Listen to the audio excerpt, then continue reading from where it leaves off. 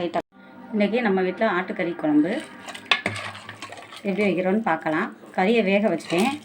இதில் மஞ்சத்தூள், குழம்புத்தூள், மிளகாத்தூள் போட்டு வச்சுருக்கேன். அடுத்து உருளைக்கிழங்கு அதையும் சேர்த்துக்குவோம். நறுக்கி வச்சுருக்கேன். கறியும் உருளைக்கிழங்கும் போட்டு இன்றைக்கி குழம்பு.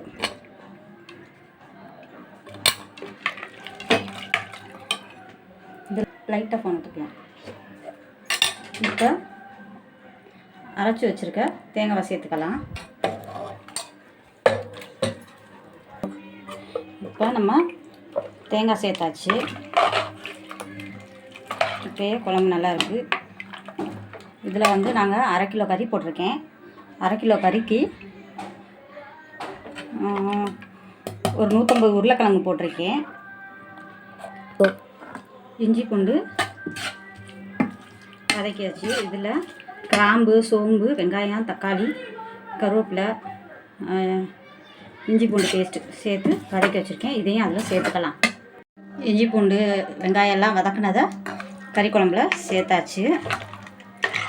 மேலாப்பில் வதக்குனதை ஊற்றுனா தான் குழம்பு அப்படியே இருக்கும். இல்லாட்டின்னா பொங்கி எண்ணெய் இல்லாமல் மேலே இருந்துச்சுன்னா பொங்கி எல்லாமே போயிடும். குழம்பு பார்த்திங்களா, பார்க்கவே சூப்பராக இருக்குது. நல்லா வாடையாக இருக்குது. இப்போ நம்ம இதில் ஒரு விசில் போட்டு வச்சுக்குவோம். கொத்தமல்லி போட்டிருக்கேன். எப்போயுமே எல்லாருமே குழம்பு இறக்குன பிறகு போடணும்னு சொல்லுவாங்க. இல்லை, நம்ம விசில் வைக்கும்போது வச்சாதான் அந்த குழம்பு வாடையே நல்லாயிருக்கும். கொத்தமல்லியும் வெந்துடும். இறக்கி வச்சுக்கிட்டே உட்காந்துருக்குங்க. நல்லா விசில் போயிடுச்சு. குழம்பு பாருங்கள், பார்க்கவே சூப்பராக இருக்குது.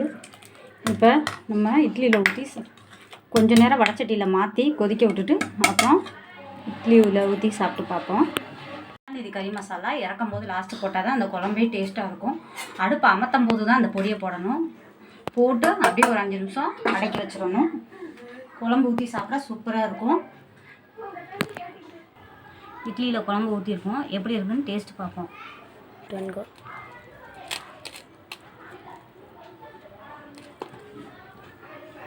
கறியெல்லாம் நல்லா பெரிய பெரிய பீஸாக இருக்குது.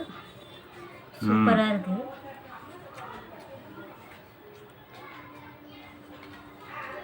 இப்படி செஞ்சால் குழம்பும் கெட்டியாக இருக்கும், டேஸ்ட்டாகவும் இருக்கும்.